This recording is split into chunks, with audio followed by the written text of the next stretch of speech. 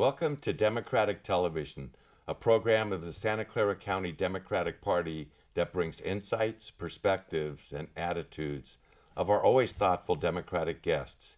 Today we're joined by Clark Williams, a longtime Democratic, community, nonprofit activist, and a great father. So let's get to know Clark. Clark, thanks for being on Democratic Television. Steve, it's a real honor to be here. Thanks for having me. Well, you have done a lot of things in your life, made the community a better place wherever you are. Most recently won an award as Social Worker of the Year. These are things we want to get to know a little bit about. Right. Before we do that, where are you from? Where'd you grow up? How'd you do in school?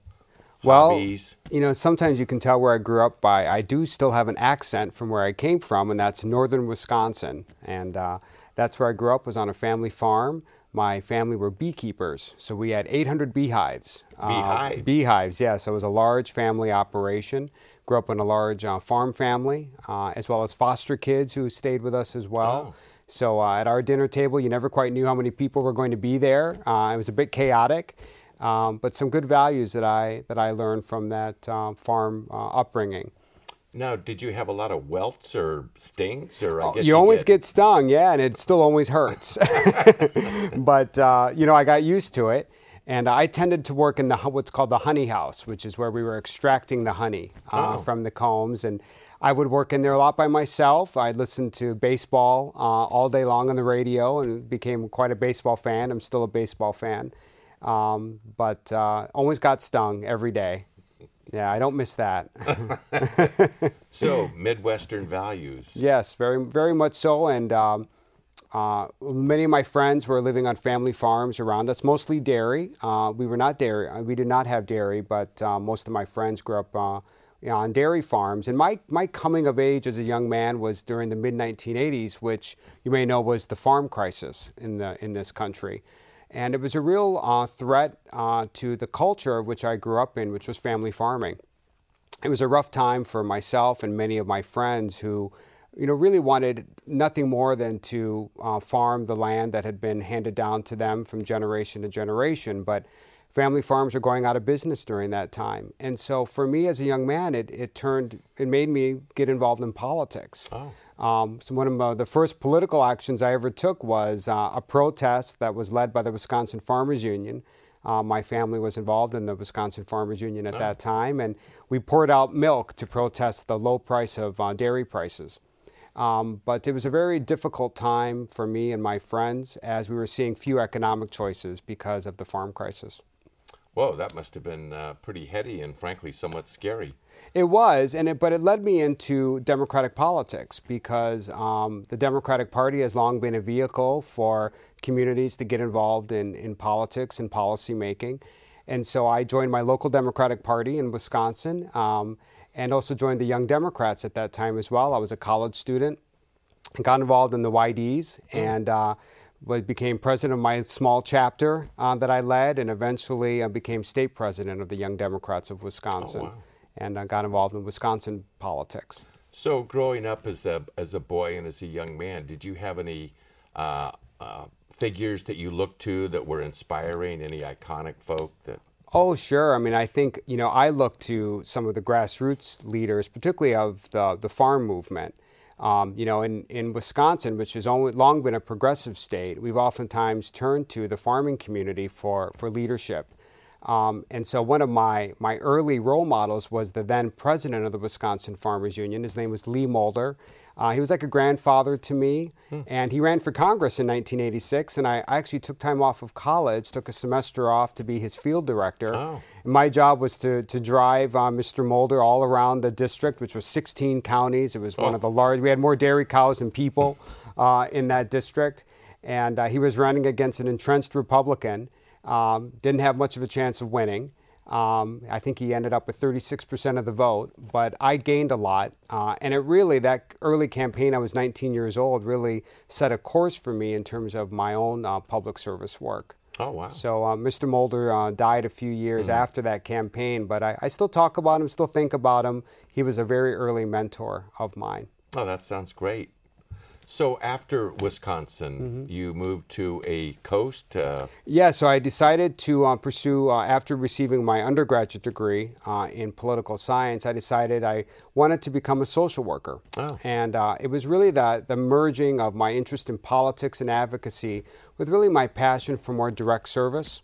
And so I went to New York University for my graduate degree in social work and practiced social work in any number of ways as an outreach worker and as a clinical therapist, became executive director of a nonprofit agency. In New York City? This was actually in Baltimore. So I ended up relocating to Baltimore after graduate 50 school. or 60 miles away Yeah, not from far. DC. It was all East Coast. Yeah, yeah. And I met my now partner, Jim, when we were in New York City. He wanted to go to law school, so we moved to DC so he could go to law school. Oh, okay. And after law school, we wanted to, I told him I had one more move left in me after all those moves, and so we decided to move to San Jose and move to California, and largely because we wanted to start a family. And in the District of Columbia at that time, gay couples could not adopt children. And this is something we really wanted to do. It was really a life goal of mine, was to become a father. Oh, great. And so that's why we moved to California, which at that time was one of the few states where gay couples could legally adopt. And so we moved out here in 2001. But specifically to San Jose? We did. We sort of traveled the state for about a month before we moved, and we drove into San Jose, and I just loved it. I thought it was the perfect city for us. It had a diverse community, majority minority city. And so for me and sort of the kind of community that I wanted to live in, the kind of community I wanted to raise a child in, I thought San Jose was just ideal. And so we moved here, bought a house, and I'm not leaving. Well, that's great. So, certainly our gain, and I'm glad Jim is happy with that too. Yeah, it's been a good fit for our whole family. Now, what did you do once you got to San Jose? How did you spend your time? Did you get out and start being a social worker again? I think within a month after moving here, I found a job as a senior manager in the public health department, and I was managing all of the county's HIV prevention, counseling, and testing programs. And I really enjoyed that a lot. At that time, the public health department had a large staff. The HIV/AIDS program had a large staff. It was a different time in the HIV/AIDS community. So I did that for a couple years until we adopted our daughter, Caroline. And as you know, Caroline was born with some special needs, and she needed someone to be at home with her. And quite frankly, Jim made more money than I did. So I pulled the short straw or the long straw, depending upon your outlook. And so I left the public health department and just intended to be a full-time stay-at-home father. That was my intention. But for those who know me, they laugh at that because I am someone who likes to balance a number of multiple roles. And so after Caroline had a couple surgeries to do some work on her cleft lip and cleft palate that she was born with, I started to get back into more nonprofit service, which has really been the work that I've enjoyed the most. Well, you got into nonprofit service, but you also helped form the LGBT Democratic Club. In fact, you were the original founder who put together a nucleus of folks who said, we need to do this. We need to have a real presence in the community. Well, I think a theme of my life has always been the Democratic Party. I mean, it has always been the place that I call home, but it's been a vehicle for me to get involved in public service. And I've always wanted that for the LGBT community as well. 80% of gays and lesbians identify as Democratic. And so I want to make certain that we always have a presence in the Democratic Party for the LGBT community, but also that there be a vehicle for gays and lesbians to become involved in the organization of the Democratic Party, but also as a launching pad for elected public service as well. Excellent. Now, I know that at one point you ran for city council. Yes, you took the big leap. I took that leap. The point that I was really impressed with is that your parents came out and worked on your campaign. So from raising bees to help get you elected to office, sounds like they've done a lot too. Well, it's always been something, my parents are joiners, and so am I, as you may know. I like to join, like to be active. And you know what they did? When they got involved in my campaign, they were my best precinct walkers. So, I am a product of my family, and it's one of the things that I love the most about campaigns is walking precincts. I'm an outdoorsman. I like being outside, I like getting exercise. I like meeting people in their homes, talking to them about the issues that drive them. And so my parents would oftentimes come along with me and knock on doors along with me. So they were very good. My mom lost 5 pounds, so she was happy about that. Well, maybe that opportunity will come up again. I hope so. I enjoyed being a candidate for public office. Although I didn't win that campaign, it was the first time I was on the ballot. I enjoyed it a lot. I met some great people, some of whom are now my best friends, or people I met during that 2006 election. And so I may very well run for public office again. I have no plans right now, but it's definitely something I'm considering. There's a lot of community service agencies that will be happy to hear that. Now, one of the agencies that you got involved with was the Billy DeFrank Center. Right. I know that they had some challenges. Tell us a little bit about Billy DeFrank and the role you played there. Well, I've long believed in the Billy DeFrank LGBT Community Center, which is a nonprofit community center that serves the LGBT community in San Jose. Santa Clara County wide? Santa Clara County wide. It's been around for 25, 30 years. A number of people have walked through their doors to receive services, and it's been a community meeting place. And it's been very challenging for a number of community centers in California, and the Billy DeFrank Center has had those same challenges. So in 2005, the longtime executive director was leaving, taking a job with the United Way, and they quickly asked if there was anyone in the community who could step up and sort of on an interim basis fill the gap. And so I saw that and thought, it's time for me to lean forward and step up and try to help, which I did so on a volunteer basis. I didn't take a salary to lead the organization. And and I enjoyed that a lot. I do. I definitely enjoy management. Yeah. And it's one of those things, as I believe in social change organizations.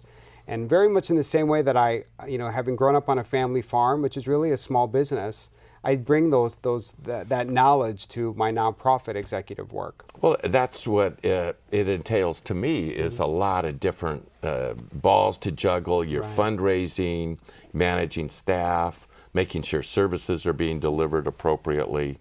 Yeah, it's very much a management role, and it's interesting. I think, I received my Master's of Social Work. At times I wonder if I should have received an MBA, because those are really some of the skills that I use in my executive management roles. But that's what I love about nonprofit leaders, is that they're so entrepreneurial, which is really how I define myself as well. Entrepreneurial and social change. And so I like people like that. They're exciting, they're fun to be with, they live on the edge a bit. Those are all things that values of mine, the way that I live my life. And so I really like nonprofit organizations and have really invested my public service work in the nonprofit community. I've been involved in the Silicon Valley Council of Nonprofits. I'm a board member of that. I'm now chair of the board of the Council of Nonprofits. And I just really enjoy being an advocate for the nonprofit sector. Well, that sounds great. We're going to take a little break. When we come back, we'll talk about all this some more. All right, great. All right. I'm United States Senator Barbara Boxer. Thank you for watching Democratic Television.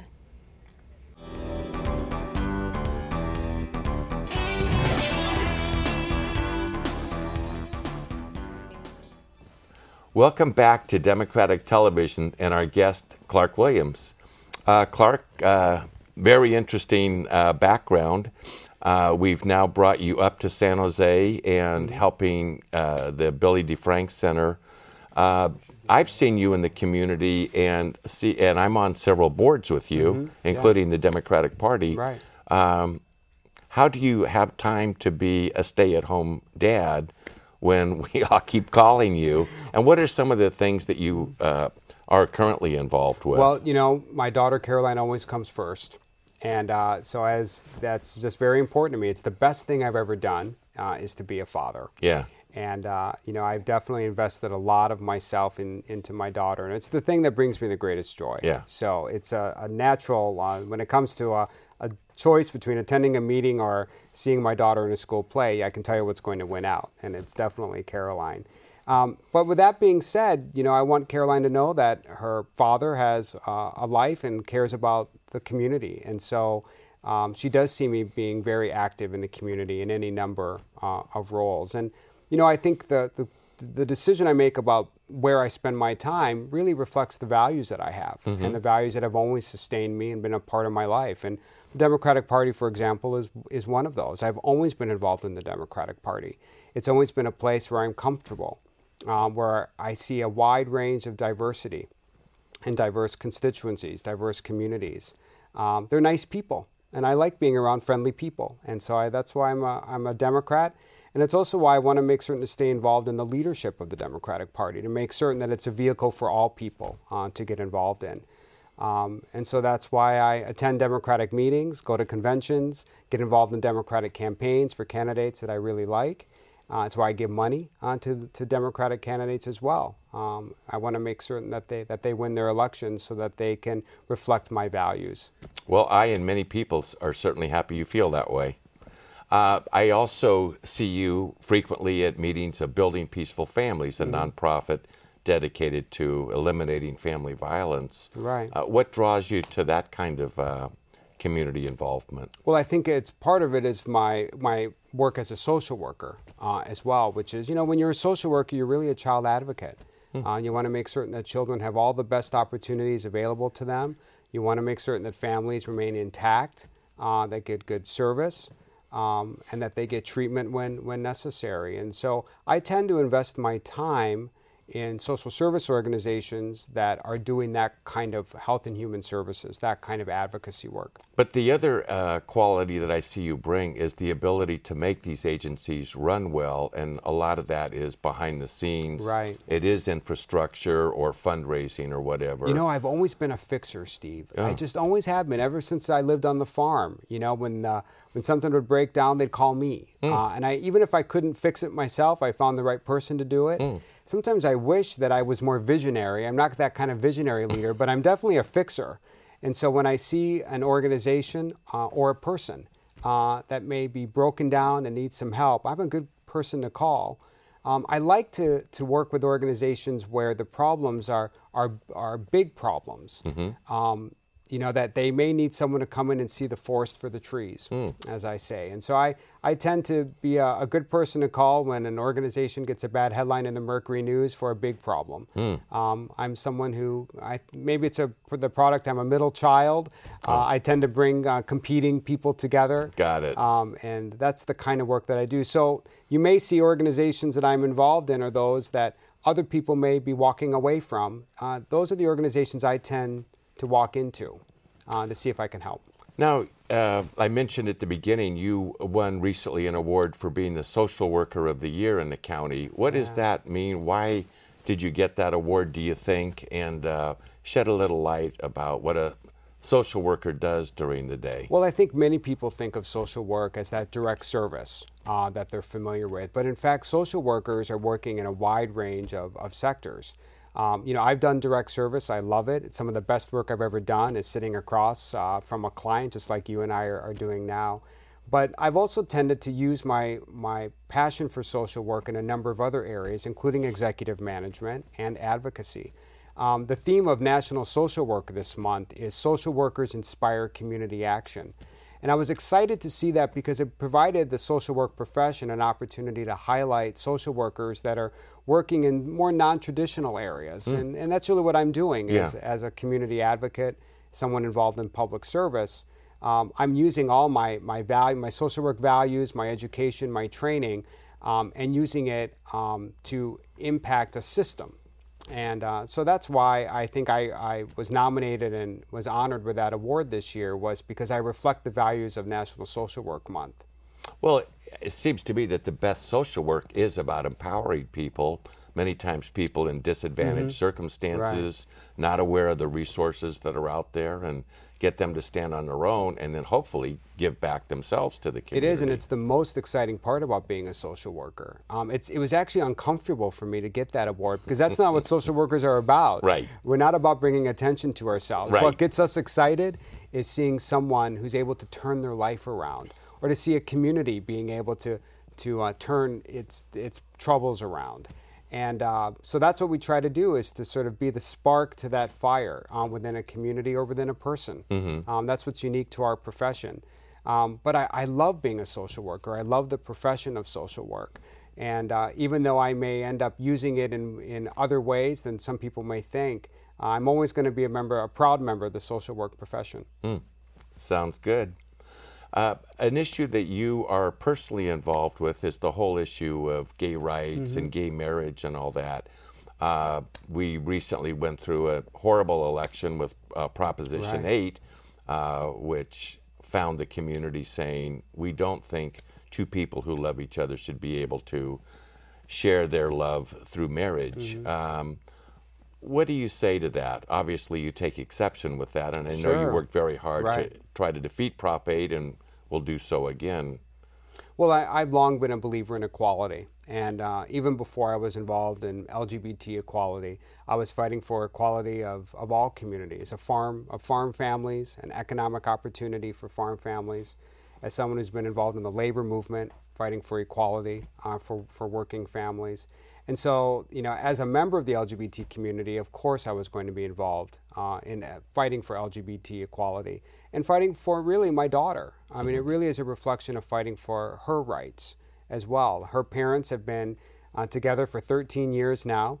We're able to get legally married in 2008. And so we're one of the 18,000 California couples who were able to get legally married. And that's been important for her so that she has all the rights that she should have, as well as that her parents have all the responsibilities as well. And so it's been very important for us to be a public face of marriage equality as well. Not anything we expected to do, because Jim and I got married just like everybody else for very private and personal reasons, because we wanted to make a commitment to each other. So it's interesting that, you know, that very private act has become something that others see as public.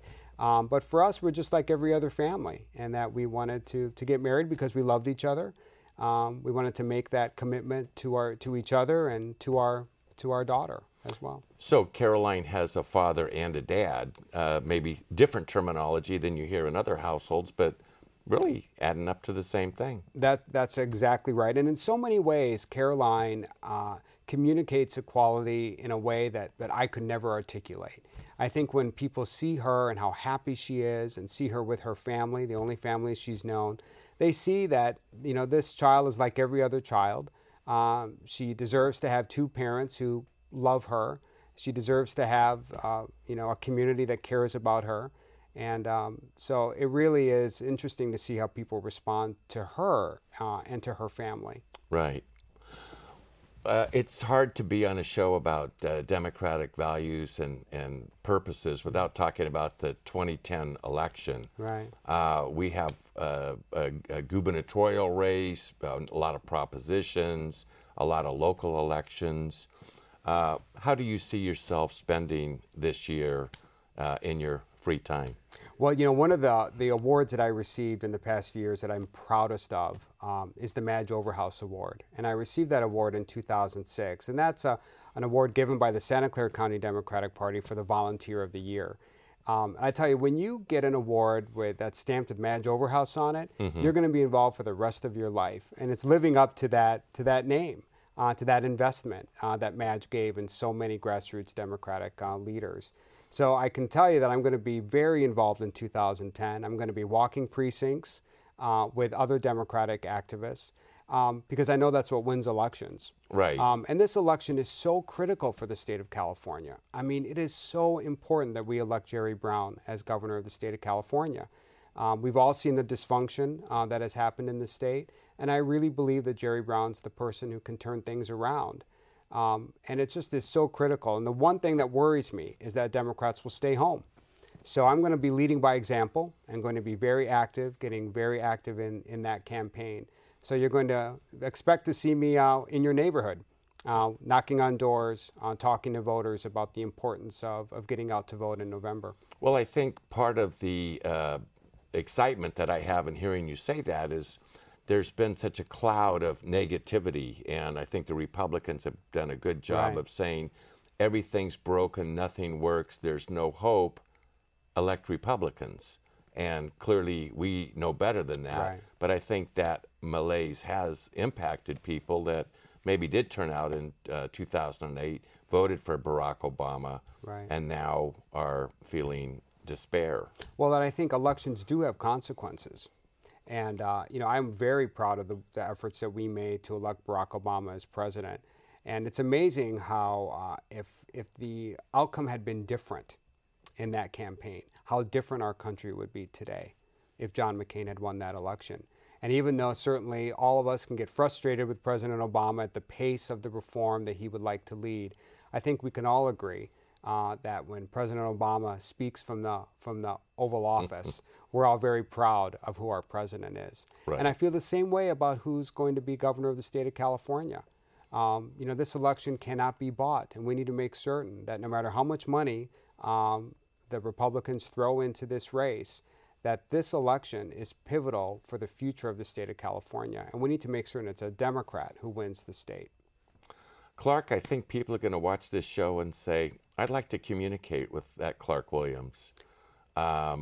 Do you have an email address that you could share with us? Well, the one thing that people know, I'm a very public person. I like I'm a people person. I like hearing from people. And so definitely I encourage people to contact me directly. They can reach me on my email at clarkwilliams@hotmail.com. I respond to everything, or find me on Facebook. Yeah, you're big on Facebook. I love technology and I love social networking, and I friend everyone. So if you like to find me on Facebook, that's a good place to reach me. And all they do is look up Clark Williams. Look up Clark Williams and friend me, and send me a note. Let me know that they saw me on Democratic television, and I'd be happy to be their friend. Well, it sounds like you have a great network of folks and a great vision, and I look forward to working with you in 2010 and beyond. Great. Thanks, Steve. Happy to be here. Thanks. Thanks for watching Democratic Television. Give us a call at 408-445-9500 or visit our website at www.sccdp.org.